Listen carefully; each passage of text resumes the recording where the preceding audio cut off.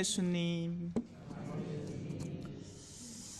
자, 오늘 복음의 주된 관점 가운데 하나는 심판에 대한 이야기입니다. 심판은 다가올 무언가가 아닙니다. 심판은 지금 나의 선택에 의해 이미 이루어지는 겁니다. 그건 바로 빛이 뻔히 있는데 빛보다 어둠을 더 사랑하는 것 자체가 심판인 거죠. 정말 좋은 게 있는데 그걸 볼 생각이 없고 보고 싶어 하지 않고 그 훨씬 더 좋은 것보다 덜 좋은 것을 선호하는 내면 자체가 심판이 되는 겁니다. 그래서 지금 당장의 사람들은 서로를 비교해 가면서 이 험난한 세상을 이 자그마한 위안들로 메꿔가며 살아가죠. 니보다 내가 낫다 뭐 이런 식으로 사는 겁니다. 하지만 훗날 다가올 우리의 진정한 구원을 목도하고 그 빛을 사랑할 줄 알아야 신앙도 기뻐지고 굳이 누가 시키지 않더라도 하게 되고, 근데 그게 아닌 거죠. 지금은 질질 다들 끌려다니는 겁니다. 하기 싫은데 지옥은 또 싫래. 어떻게든 또 지옥은 또 피하고 싶네, 그죠?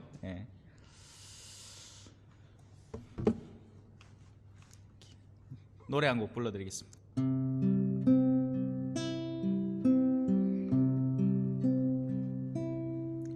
당신이 걸으신 십자가의 길, 말 없는 어린 양처럼 걸어가신 길, 외로이 걸으신 그 고통의 길, 이젠 그 길을 내가 걸어가리라. 내가 가는 길, 십자가의 길, 그러나 그 길은 사랑의 길, 부르심의 길, 근총의 길, 당신을 따르는 길, 생명으로 가는 길, 부르심의 길, 근총의 길, 당신을 따르는 길, 생명으로 가는 길.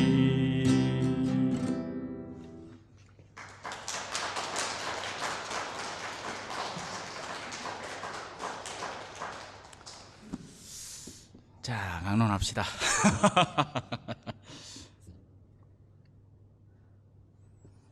오늘 차 타고 다니다가 임석수 신부님이 사순특강 하신 영상이 있더라고요. 그 신부님이 만든 곡이에요. 근데 노래는 잘 만드셨는데 그 노래를 당신이 직접 부르시는데 아쉽더라. 그래가 내가 한번 불러봐야 되겠다 싶었습니다. 자, 오늘 강론의 제목은 구제할 길이 없기 전에 라는 제목입니다. 그러니까 살려낼 길이 사라지기 전에 라는 제목이에요. 오늘 일독서에는 이 역대기 하권에 이런 말씀이 나오죠. 그들은 하느님의 사자들을 조롱하고 그분의 말씀을 무시하였으며 그분의 예언자들을 비웃었다. 그러다가 마침내 주님의 진노가 당신 백성을 향하여 타올라 구제할 길이 없게 되었다. 하느님의 사자들을 조롱한다고 해서 뭐 눈앞에서 대놓고 욕을 하는 게 아닙니다. 눈앞에서는 올레 맞습니다 해놓고 실제 삶에서 다른 예언자들을 따라다니면 그게 예언자를 욕하는 거죠. 무슨 말인지 아시겠어요? 겉으로야 아멘 할 수 있죠. 뭐 우리도 그렇게 하고 있고 미사안에 오면 그죠? 뭐 할 때마다 아멘 하잖아. 아멘 할 필요도 없는 순간에도 아멘 하잖아요. 그죠? 주님의 기도 하면 미사 중에는 아멘을 안 하잖아. 왜냐하면 미사 전체가 하나의 기도문이라고 간주가 되기 때문에 미사 중에 하는 주님의 기도는 아멘을 끝내지 않습니다. 그죠? 그 뒤에 기도가 계속 이어지니까요. 근데 이제 어르신들 버릇처럼 악에서 구하소서 하면 자기도 모르게 아멘 하고 앉았죠. 그죠? 그래요. 그래서 우리는 입버릇처럼 아멘을 하지만 그 아멘이란 말 속에는 무게감이 들어있는 겁니다. 그냥 해야 될 단어가 아닌 거죠. 자, 냄비에 국을 넣고 끓이면 이제 물을 넣고 끓이면 안 넘어요. 그죠? 물은 뭐 끓어봐야 거기서 거기니까. 근데 미역국이나 국을 최근에 제가 당했던 일이라서 그래요. 누가 미역국을 선물해 주시는데 막 불 켜놓고 잠깐 딴 일 하다가 보면 어느샌가 가스레인지가 오만상 엉망진창이 돼 있죠. 저는 주부 여러분들의 고충을 잘 압니다. 제가 살림을 살아보기 때문에 이 빨래를 색깔하고 깨끗 그 흰 걸로 구분해 놓지 않았을 때 벌어지는 일도 알고 염색이 되어버리잖아요. 그죠? 사실 저는 그런 거 상관없이 집어넣었거든요. 그래가 한동안은 제 런닝 셔츠는 전부 다 분홍색이었습니다.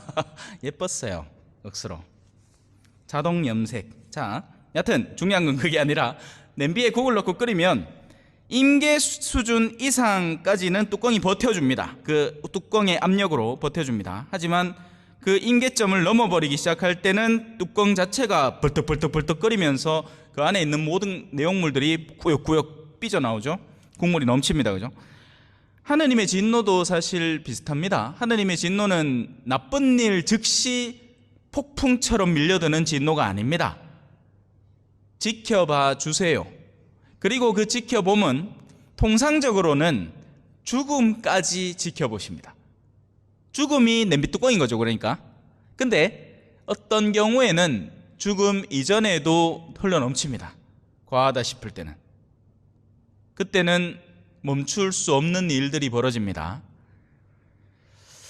한두 번 술을 마신다고 몸이 망가지진 않아요. 뭐 어때요? 그죠? 젊은 시절에는 다들 그런 경험들이 있습니다. 그죠? 20대 때 저만 하더라도 이제 신학교를 다니다가 신학생들만큼 술 많이 먹는 아들도 없을기라. 왜냐하면 다른 낙들이 별로 없으니까 뭐 무슨 디스코텍을 가겠습니까? 뭐 여자친구하고 데이트를 하겠어요. 그러했기에 일주일에 한 번 딱 외출 허락해 주는 날, 제 기억으로는 수요일이었던 걸로 기억을 합니다.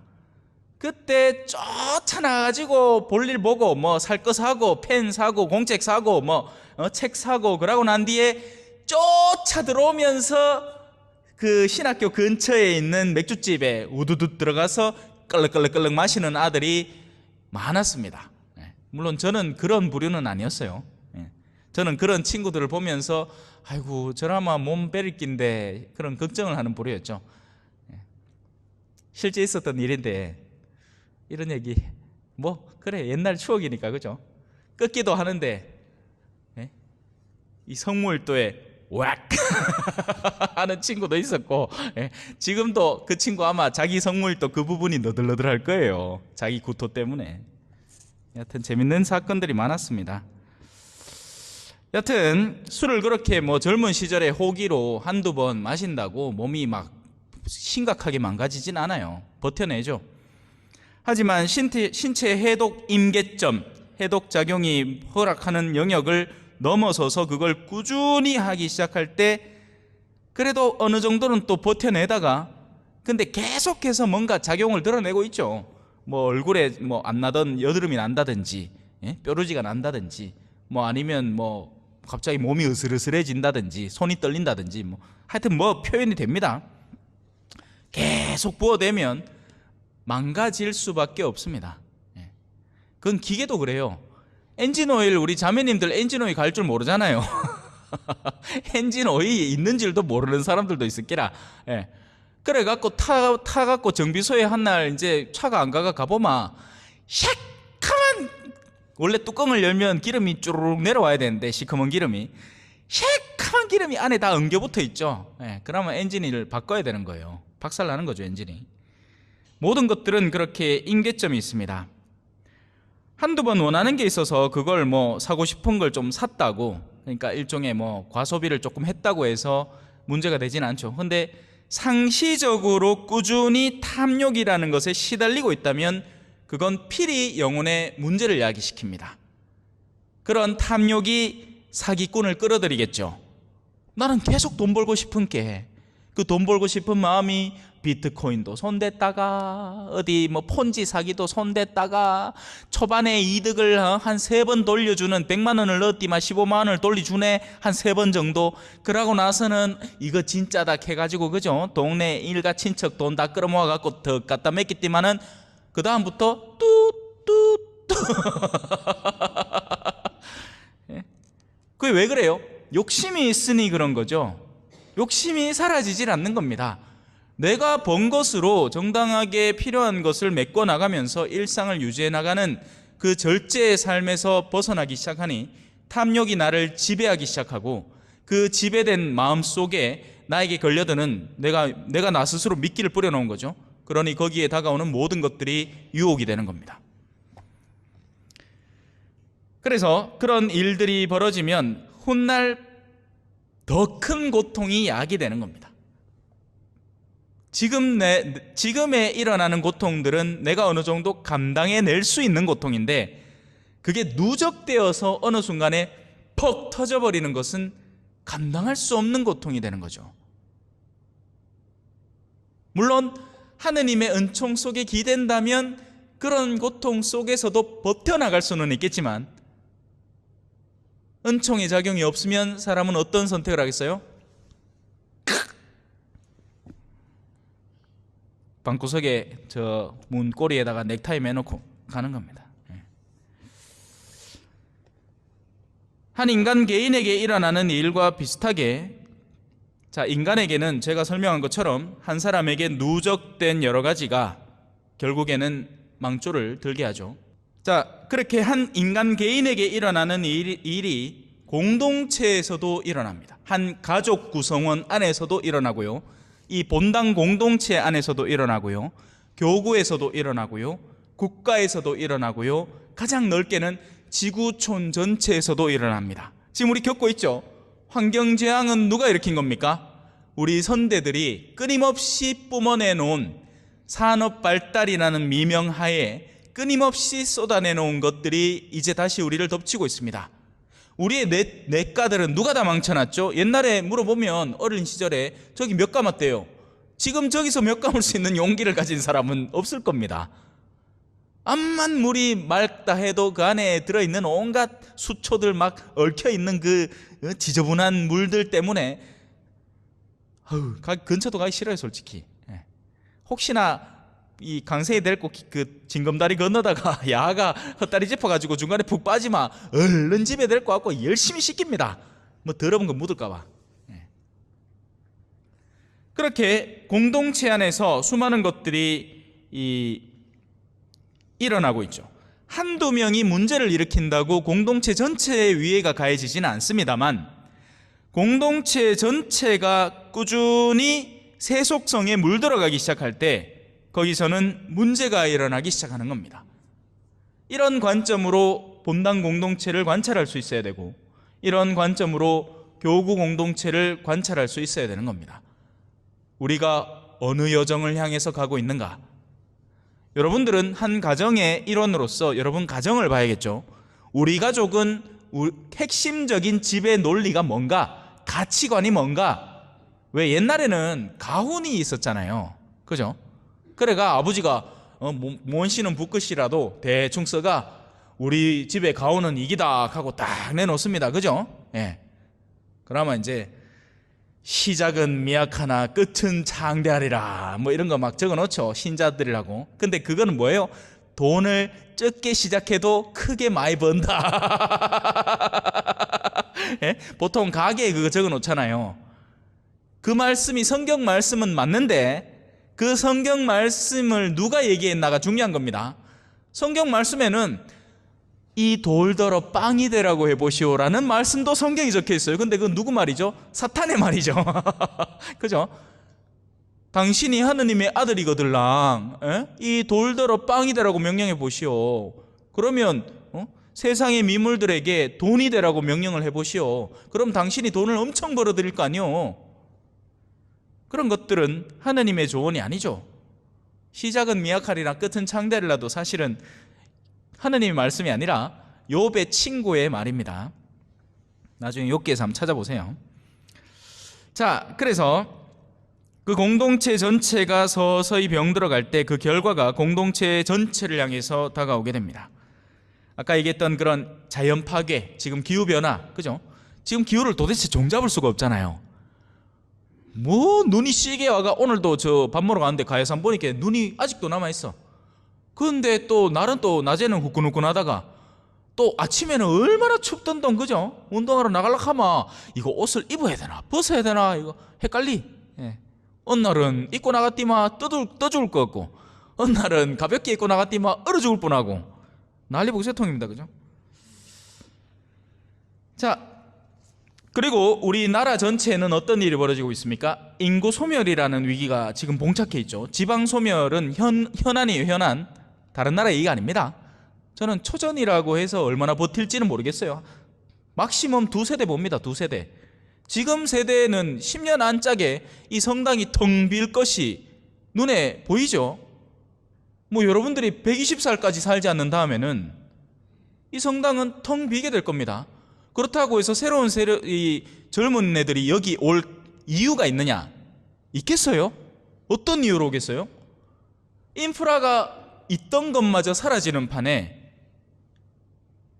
무슨 뭐 조선시대도 아니고 뭐 집에서 안 올기라 왜 할기라.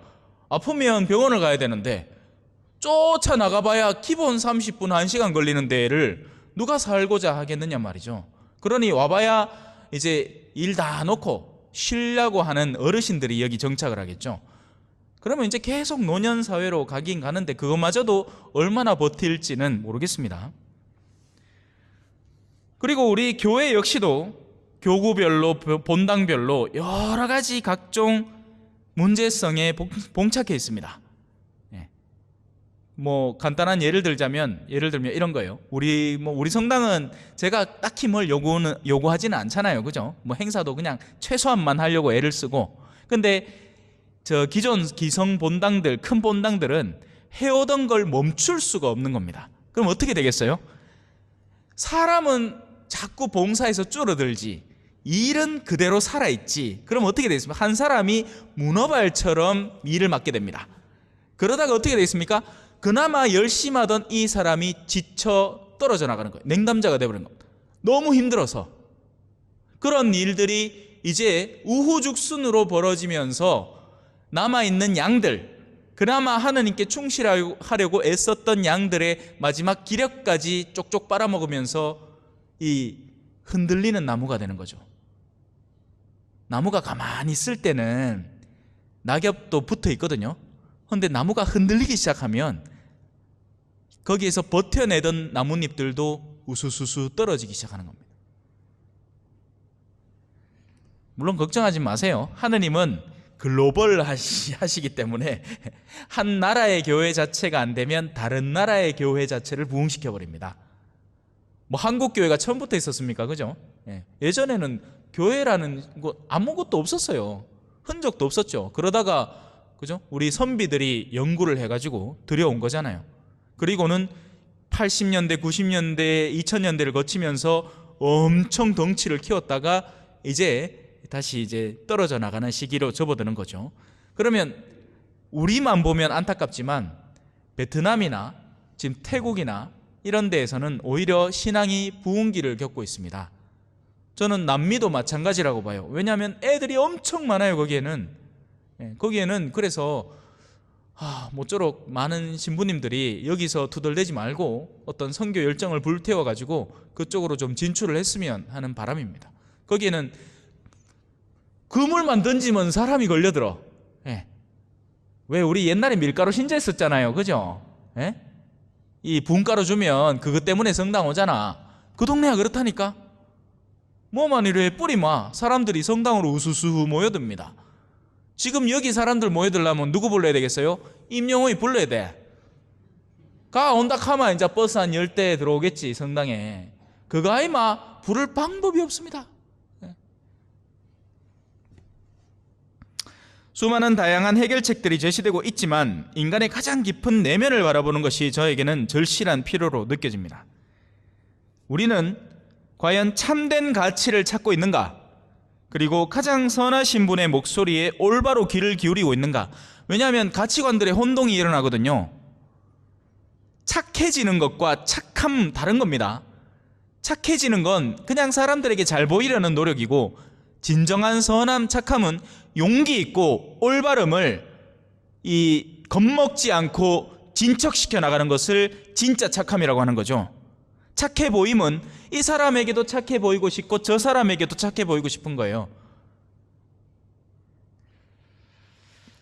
고통이 시작되고 나면 사람들은 흔히 깨닫습니다. 고통이 시작되기 전까지는 모르죠. 고통이 시작되기 전까지는 입에 술이 쫙쫙 넘어갑니다. 그죠? 그러다가 뭔가 간에 큰 문제가 생겨서 몸이 갑자기 엄청 힘들어지고 예전에 하던 활동들을 못하기 시작할 때는 이거 문제가 있구나 하는 것을 느끼게 되는 거죠. 그래서 고통은 우리에게 신호체계로 작용을 하는 겁니다. 인간의 신경계가 없으면 좋겠어요? 아닙니다. 그럼 큰일 납니다. 어떻게 되는지 아세요? 내가 고통을 당하고 있다는 것을 모르기 때문에 상처 입는 것을 그대로 두고 그것이 더 심각한 병환이 되어서 폐혈증으로 넘어가게 됩니다. 손에 상처가 나면 그 즉시 그 고통을 느끼고 거기서 일단 손을 빼고, 그리고 그 고통을 완화시키기 위한 조치를 하기 위해서 소독을 하고 약을 바르고 해야 그 다음 단계로 안 넘어가죠. 근데 고통을 못 느끼면 손이 찢어졌는데도 안 아프니까 그냥 그대로 두고 거기에 구더기가 슬고 썩어나가고 폐혈증으로 건너가면 전체 몸이 위험해지는 겁니다. 그래서 고통이라는 것은 필수적인 거예요.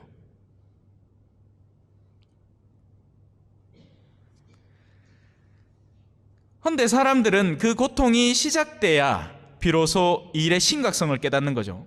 근데 어떤 종류의 고통들은 너무 늦은 고통들이 있는 겁니다.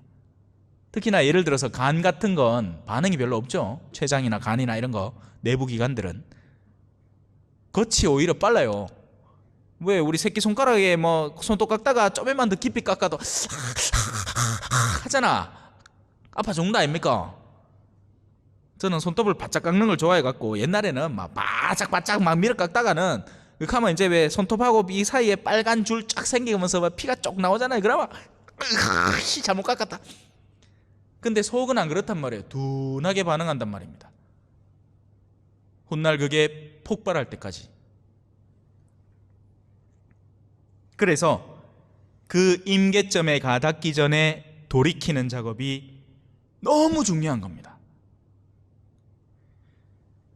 사실 교회의 역할 가운데 핵심적인 역할은 일이 일어나고 나서 처리하는 게 아닙니다. 착각하시면 안 돼요. 교회의 역할은 일이 이미 일어나고 나서 처리하는 역할이 아닙니다. 특히나 교회가 가르치는 가치의 일의 결과는 언제 일어납니까? 죽음 이후에 일어나죠. 책임져 줄 수도 없어요. 암만 미사 넣어 보십시오. 이미 결정된 영혼의 위치를 바꾸지 못해요. 혹시나 연옥에 있다면 도와주십시오라고 기도를 하는 거지, 이미 썩을 놈의 인간이 돼가지고 그 썩을 놈의 인간의 결과가 썩을 때 있게 된 인간을 다시 끌어올리는 건 불가능한 일입니다. 그렇게 해서도 안 되는 거고요. 기본 사람의 선이 살아있는 가운데에서 그 선의 부족함이 있어서 그게 이제 연옥이라고, 우리의 교리 가운데서는 연옥이란 영역이잖아요. 정화의 단계를 거치는 겁니다. 그 안에 있다면 도와주십시오가 되는 거죠. 일단 모르니까, 그죠? 심판은 우리의 몫이 아니니 우리는 일단 기도하고 보는 거예요. 도와달라고. 근데 그거 있습니다. 내가 한 기도, 내가 얻어낸 은총의 영역이 내가 이 사람을 위해서 기도를 했다 하더라도 그 사람에게 합당하지 않으면 사라지진 않아요. 누군가에게 갑니다. 그래서 여러분들이 헛되이 미사를 드리거나 헛되이 기도하는 일은 없을 거예요. 여러분들이 누구를 위해서 기도하고 누구를 위해서 미사를 드리고 있다면 하늘나라에 가서 그 은총을 입은 사람과 맞대면하면서 당신 덕분에 뜻하지 않게 내가 살았다라는 소리를 듣게 되실 겁니다. 그러니 거기에서는 걱정 안 하셔도 됩니다. 특히 이 구원이라는 문제는 구원의 가부가 그렇게 최종적으로 결정되고 나면 더 이상 돌이킬 수 없는 결과를 맞이할 수밖에 없습니다. 그래서 살아있는 동안 비록 여러분들이 성당에 오는 게 껄끄럽고 쉽지 않고 밋밋하게 느껴지고 하더라도 와야 되는 겁니다. 그래야 여기에서 한마디라도 빛에 대한 말씀을 더 듣고 거기에 마음을 걸어놓고 가능하다면 마음을 돌이키고 더 적극적으로 나아가고 할 수 있는 과정들이 이 터전에서 준비가 되니까요. 살아있는 동안 혼신의 힘을 다해서 멸망으로 다가가고 있는 이들에게 그 방향을 돌이킬 수 있도록 도움을 주는 역할을 우리 교회가 해야 하는 것이고, 그 역할을 해야 하는 데에는 사제만 그 일을 하는 게 아니라 여러분들에게도 그 역할이 부여되는 겁니다. 그러자고 우리는 매 미사를 마치면서 가서 복음을 전합시다 라는 말을 버릇처럼 되뇌이는 거죠. 그 복음은 여러분의 가족, 남편이나 아내나 자녀가 될 수도 있고, 그게 아니면 여러분들의 가족이 이미 복음화되어 있는, 그러면 정말 얼마나 아름답겠습니까? 그죠? 가족의 핵심 가치관이 복음이야. 그러니까 구원이란 말이에요. 그러면 얼마나 기쁘겠어요. 돈이 많고 적고 이게 중요한 게 아니잖아요. 가족들이 서로 돌보는 게 중요하지 않나요? 저는 그렇게 생각합니다. 들어갔는데 인사 한마디도 안 하는 가족이 있는 것보다는 좀 가난해도 내가 오면 반겨주는 엄마가 있고, 없는 살림에 된장이라도 하나 끓여주는 아버지가 된장을 끓이지는 않겠지만 요즘은 아버지가 그런 거 끓여야 되죠. 그래요. 그런 집이 더 낫지. 커다란 집에 시멘트 벽으로 둘러싸인 어마어마하게 큰 집에 들어갔는데 자기 방 따로 다 있어가 한번 끼쩍 나오지도 않는 그런 집에 사는 게 도대체 무슨 재미일까요? 아멘.